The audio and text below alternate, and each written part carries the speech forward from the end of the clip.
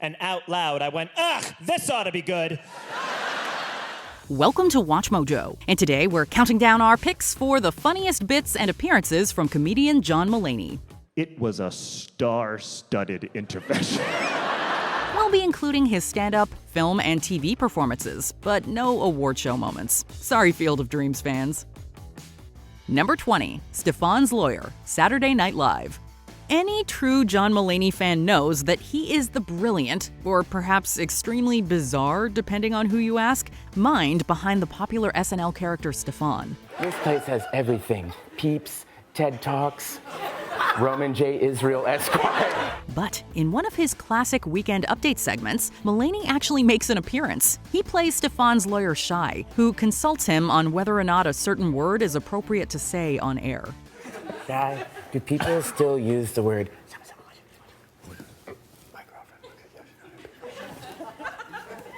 He still manages to make Bill Hader break twice while on screen.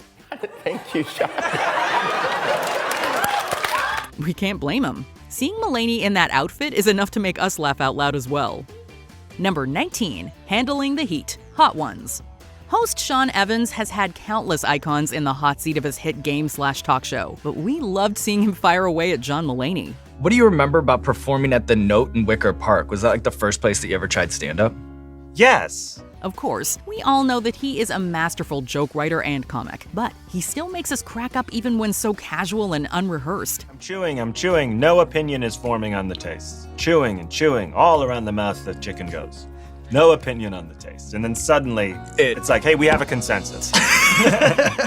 It's fascinating getting insight into his comedic processes, especially his comments about his love for writing jokes for others, which he also finds joy in even when the jokes he wrote don't land. Can you imagine? Because they trusted you? Not to mention, he handled those sauces like a true champ. Number 18, voicing Jack Horner, Puss in Boots, The Last Wish. Who could possibly be better suited to voice an obscure tall child from an old-timey nursery rhyme? Whoa, that tall child looks terrible. Mulaney puts his character into the role of Jack Horner, making him sound perfectly bratty and jaunty all at once. You're horrible. You're an irredeemable monster. What took you so long, idiot? Mulaney's voice acting skills really shine through, as he manages to make an evil, heartless villain endlessly entertaining to watch. When you watch the behind-the-scenes footage, you can tell that he's making himself laugh with his own line readings. We'd love to see an extended blooper reel from this movie. We can listen to Mulaney's Jack Horner all day. What did I do to deserve this? I mean, what specifically? Number 17, do you want to play restaurant? John Mulaney and the Sack Lunch Bunch. If you've been watching Saturday Night Live in the past few years, you'll know it's no secret that Mulaney has a mild fascination with musical theater. Bugs, with no hesitation, will nest in your pubic hair. But he took it to a whole new level with his out-of-the-box children's special, John Mulaney and the Sack Lunch Bunch. Though made for kids, all of the songs and bits were hysterical and relatable for audiences of all ages. I've never played a restaurant. Oh, please play restaurant. While you can't not enjoy him describing his grandmother's relationship with a man named Paul, watching Mulaney sing and dance about playing restaurant has got to top the charts. Plus, the payoff that the restaurant was closed for a private event is comedy gold. Could I order like an entree? Sir, we are closed. Okay, sorry. We will call ahead the next time. Okay. Number 16, Peace Be With You, The Comeback Kid. Unsurprisingly, Mulaney's third stand-up special is filled to the brim with cleverly told stories and memorable bits. The delivery of his joke about the real estate agent insisting on him building a nursery is nothing short of classic. This is an on-fire garbage can.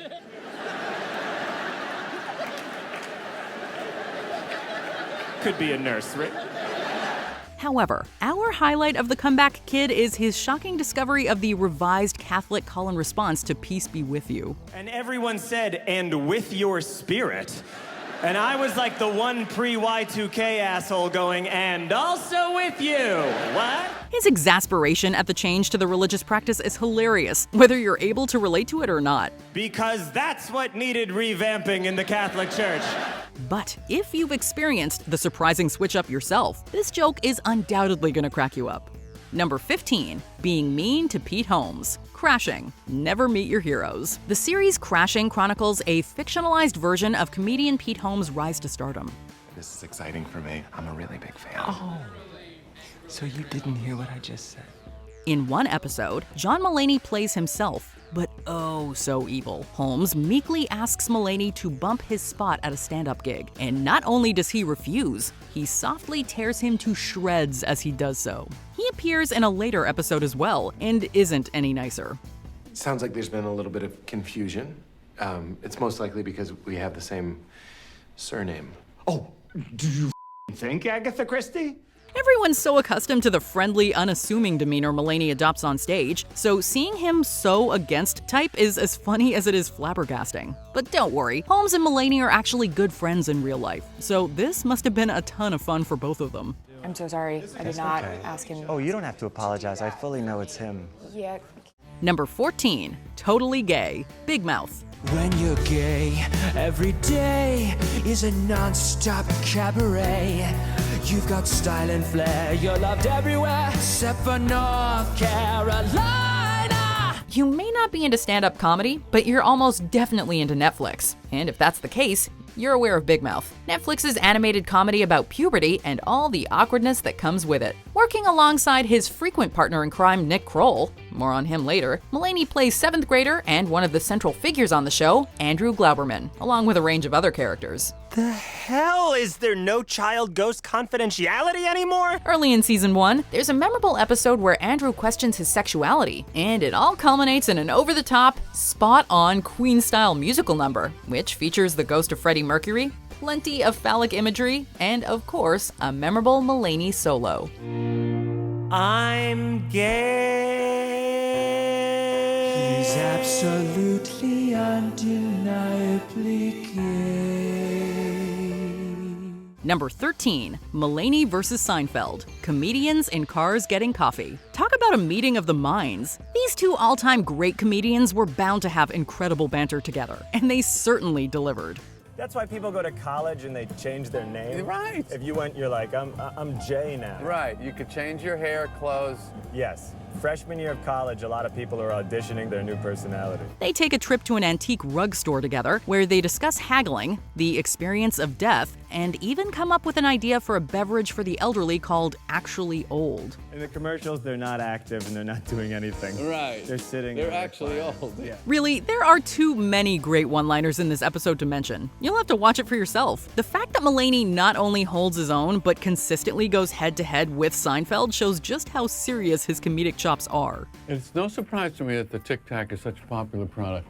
Oh, yeah. It's a good product. Number 12, Parodying Sonheim, documentary now. If you have yet to watch this mockumentary series, this is your sign. Hi, Judy. Hi, Dee Dee. You've been doing something wrong for about 3 weeks, and it's been annoying me. I wanted to talk to you about it right now. Documentary Now was created by an epic crew of SNL alum, and each episode skewers a different style of doc with a fantastic cast of characters. In Season 3, they parody the real documentary chronicling the cast album recording of Company, in which John Mulaney plays Simon Sawyer, a caricature of composer Stephen Sondheim. It's a bureaucratic apartment co-op board fantasy fulfillment song. Not only does he absolutely nail the role, he also co-wrote all of the songs featured, which are all outlandishly funny. Mark our words, one day we will see a Mulaney-penned musical hit Broadway.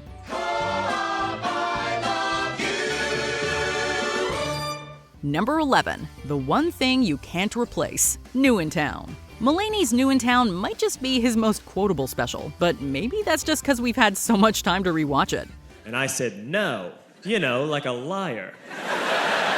Either way, there's no shortage of funny moments to mention. We can't forget Mulaney's crazy story about the time he was accidentally given a prostate exam. And this was the actual sound I made. I went, oh!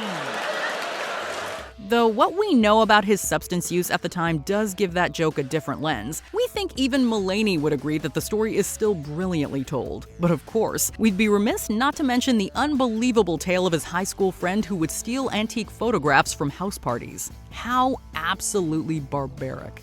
Why do you do this? And Alex said, because it's the one thing you can't replace. Number 10, Spider-Ham and Outtakes. Spider-Man into the Spiderverse. This could literally not get any weirder. It can get weirder. I just washed my hands. That's why they're wet. No other reason. The animated film of 2018 was, by all accounts, Spider-Man into the Spiderverse, and John Mulaney's role in it was at once surprising and a stroke of genius. He voiced Spider-Ham, a criminally underrated member of the comic book universe. Do animals talk in this dimension? Because I don't want to freak them out. Since Mulaney is basically an old-timey Looney Tune brought to life anyway, he gives a spot-on performance. Aw, did that feel like a cartoon? But what's perhaps even funnier is the story he told Jimmy Fallon concerning the secrecy around the project. When he first got involved, he wasn't fully aware of what he'd signed on for. Which is how a lot of kidnappings begin. So when he was told to have fun with it, he took perhaps too many creative liberties. But no worries, we got outtakes. And how the is he gonna do that? And how the exactly is he gonna do that? Number 9, Melany and Pete Davidson. Saturday Night Live and in real life. The third article that comes up, this is real, it says, who is John Mulaney, Pete Davidson's friend? Hey, even they admit this pairing is a bit unexpected. When we walk around, it looks like an NBA coach and like a troubled rookie who's like. But Mulaney and Davidson are a classic odd couple. Hey, there's a sitcom idea. You can tell these guys are genuinely friends. Their banter is perfect, and the way Mulaney's straight-laced demeanor plays off Davidson's more loose style is great. And why would someone on a whim choose from all to order him? Who's this guy? Whether they're attending a Steely Dan or Bob Dylan concert together, swapping outfits, wearing matching shirts with Mulaney's wife at the time on them, or appearing on SNL to espouse the virtues of their new favorite film. You remember when Clint Eastwood berated an empty chair at the Republican National Convention? It's like if that was a movie. It is a ride for audiences. Honestly, how could anyone not love this bromance? I think he may have dumped me for Pete Davidson. Oh, no, that's so sad. Well, he's very hot right now. Yeah. Oh, sorry, Nick Kroll. Number 8, George St. Geegland. Oh, Hello on Broadway and Kroll Show. Oh, hello. One may say that George St. Geegland was the role that John Mulaney was born to play. All right, it's us saying that. We are gonna have so much fun tonight. He and Gil Faizon, played by Nick Kroll, are two old men living on the Upper West Side of Manhattan, pranking unsuspecting schmucks with big old tuna sandwiches. What a life! You're on a prank show called Too Much Tuna, Jeff. Whether you like it or not. No, I'm not. Each Oh Hello sketch from Kroll Show is better than the next. Their signature shtick simply does not get old. The characters were so loved, they brought them to Broadway, which later became its own Netflix special. Geegland is a perfect showcase of Mulaney's love-hate relationship with New York, and his spectacular character acting. I guess I just have one question. Of course. How does it end? Why don't we find out together? Number 7, Delta Airlines, New in Town. We already mentioned New in Town, but there are too many great moments to confine to just one entry. And then I go, can I please go home on an airplane? And they go, no. In fact, we're gonna frame you for murder. And you're gonna go to jail for 30 years. He starts by adorably outlining how his life has improved since he started dating his then-girlfriend, later turned wife, and now ex. Roping in cows and getting milk out of them was never anything you were known for, John. Like, for example, without his lady by his side, he is a total pushover, and will let some random garbage airline, So let's just make one up. Let's call it like Delta Airlines. So I'll book a ticket. walk all over him. Next time you experience travel troubles, you will A, think about this bit and nod ruefully yet knowingly, and B, sing the following to yourself. Because we're Delta Airlines, and life is a fucking nightmare. Number 6, movie recaps. Okay, here's the pitch. John Mulaney recounts all movies. Seriously, that's it. We've already seen him discuss The Mule with Davidson on SNL, But Mulaney must be a cinephile because he has this tendency to take a famous movie and basically retell the story in a way that's both insightful and hilarious. But he does have this best friend who's, you know, a disgraced nuclear physicist. He actually did it twice in his 2015 special, The Comeback Kid. First, he takes Back to the Future to task, trying to imagine what the creators were thinking when they devised that premise. Now you say they go to the past. How about we call it Back to the Past? No. A Back to the Future. Right, but they go to the past. Yeah. Then he essentially recreates the climactic scene of The Fugitive as a sort of cutaway during a kick-ass story about Bill Clinton. So Kimball finds out about all of this, and of course he's furious. And he bursts in the ballroom and he goes, "You switched the samples!" Both bits are some of his best work, and that's why Mulaney on movies needs to happen. And it needs to happen now. Now, I hear they're making a sequel to I, Tonya. It's called I, Nancy. It's about a nice lady who gets her knee bashed in by some trailer park assassin, and then 25 years later has to see a great award-winning movie about how she's not the victim. Number 5, his star-studded intervention, Baby J. Through overcoming his struggles with substance use, Mulaney managed to release an unforgettable comedy hour that is as raw and honest as it is funny. While opening up, he shares an intimate story about his intervention and boasts how fabulously well cast it was. It was maddening. Fred Armisen was serious. Do you know how off-putting that is? He also outlines his experience in rehab and how no one there knew who he was, driving him mad. Please don't repeat this. It was in the newspaper that I was in rehab, and I left it out. He wraps up the special with a breakdown of an interview he gave prior to his sobriety, which is aptly described as a, quote, wide-ranging conversation. The overall tone of this special is notably darker than his others, but we can't commend Mulaney enough for his ability to create humor from such a hard time in his life. Good night, Boston. Thank you very, very much. Number 4, his Law and Order obsession. Various. Seriously, he talks about it constantly. If you've ever seen John Mulaney perform, you're probably aware that he loves crime dramas. Specifically, he is a super fan of the Law and Order franchise. Guy who, while being questioned by homicide detectives, will not stop unloading crates. Throughout his stand-up, he's talked about Law and Order tropes, the horrific things people say on SVU. He's even got a bit about how much he loves Ice-T. You work in the sex crimes division. But he loves no Law and Order star as much as Jerry Orbach. And his extravagant rom-com idea about the two people who received Orbach's eyes after he died takes his love of the franchise to another level. New Line Cinema presents Love at First Sight. This summer, love is spelled with 2 eyes. Honestly, Mulaney could probably do a full hour of Law and Order material, and we would be fine with that. And he would just keep talking, and it would slowly fade out and say executive producer Dick Wolf. Number 3, Diner Lobster, Saturday Night Live. Mulaney was an SNL writer for years, and he got to revisit his old stomping grounds as host in 2018. One of the benefits of being the host instead of a little rat writer is that you can bring back old skits that you wrote and love that never saw the light of day. That is how we got Diner Lobster.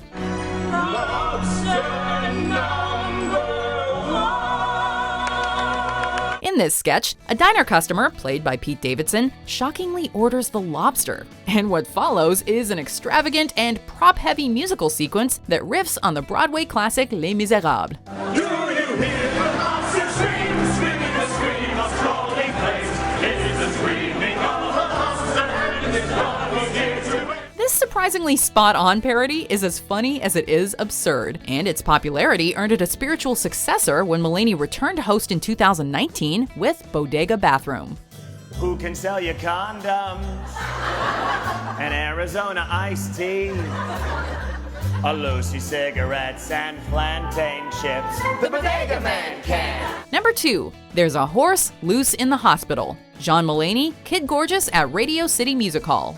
It's never happened before. No one knows what the horse is gonna do next. least of all the horse. Mulaney's 2018 stand-up special Kid Gorgeous won him a Primetime Emmy Award for Outstanding Writing for a Variety Special. And trust us when we say it was well-deserved, despite what his then-wife said. And she said to me, I just can't fly across the country to watch you lose. There are many standout moments, like his memories of Detective J.J. Bittenbinder's street smarts. Street smarts! But Mulaney's uncharacteristic take on politics sticks out the most. And no, we're not talking about his building a gazebo in the middle of the Civil War bit. Ever walking through the park with your betrothed and it starts to rain, but you still want to hold hands? Well, may I introduce you to, and my condolences again to everyone, the gazebo! Without ever mentioning his name, he compares Donald Trump's election to a horse being set loose in a hospital. And it's perhaps the best assessment of the political situation we've seen. Leave it to Mulaney to find a way to talk politics without talking politics. And then other people are like, well, if there's going to be a horse in the hospital, I'm going to say the N-word on TV. And it's like, those don't match up at all. Before we continue, be sure to subscribe to our channel and ring the bell to get notified about our latest videos. You have the option to be notified for occasional videos or all of them. If you're on your phone, make sure you go into your settings and switch on notifications. Number 1. The Salt and Pepper Diner, the top part. The fourth time it plays, you're either thinking, whoa, someone just played What's New Pussycat 4 times, or at least someone played it twice, and it's a really long song. Prepare to have Tom Jones stuck in your head for the rest of eternity. You know, it's a testament to just how funny John Mulaney is that our number 1 pick is a bit from his first ever stand-up special, The Top Part. He tells a story from his childhood about how he and a friend went to a place called the Salt and Pepper Diner, and essentially terrorized the patrons of this fine establishment by putting $7 into the jukebox and playing What's New Pussycat by Tom Jones as many times as they could afford. Wah, wah, what's new, pussycat? And he goes, God damn it! And pounds on the table. And silverware flies everywhere. With a brief and diabolical intermission of It's Not Unusual. It's not unusual. And the sigh of relief. It's a simple story, but the way Mulaney tells it will have you falling off your chair with laughter and believing those claims that he is the best joke writer of his generation. They unplugged the jukebox after 11 plays, and that was the best meal I've ever had.